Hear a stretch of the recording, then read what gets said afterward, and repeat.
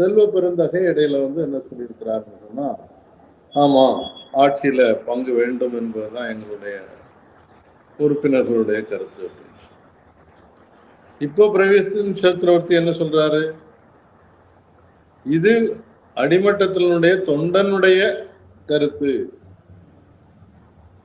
தலைமையினுடைய கருத்துன்றது அவர் சொல்லல.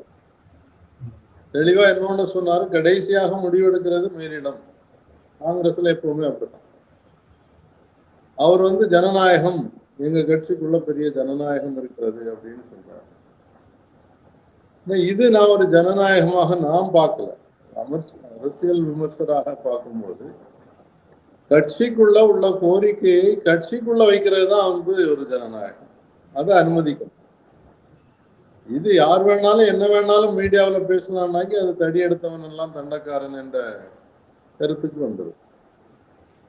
இது முரண்பாடுகளை உருவாக்கி அந்த கூட்டணியை உடைப்பதற்கும் காரணமாகலாம். இடையில இப்ப திமுகவில் உள்ள சில தலைவர்களும் அதுக்கு பதில் சொல்ல ஆரம்பிச்சிட்டாங்க. பொறுத்து பார்த்தாங்க. அதுக்கு பிறகு கொஞ்சம் தலைமையில் இருக்கிறவங்க இல்லாமல் சில சக்தி வாய்ந்த திமுக தலைவர்களே கருத்து சொல்ல ஆரம்பிச்சிருக்காங்க. இந்த மாதிரி எல்லாம் காங்கிரஸ் கேட்கறது தப்பு.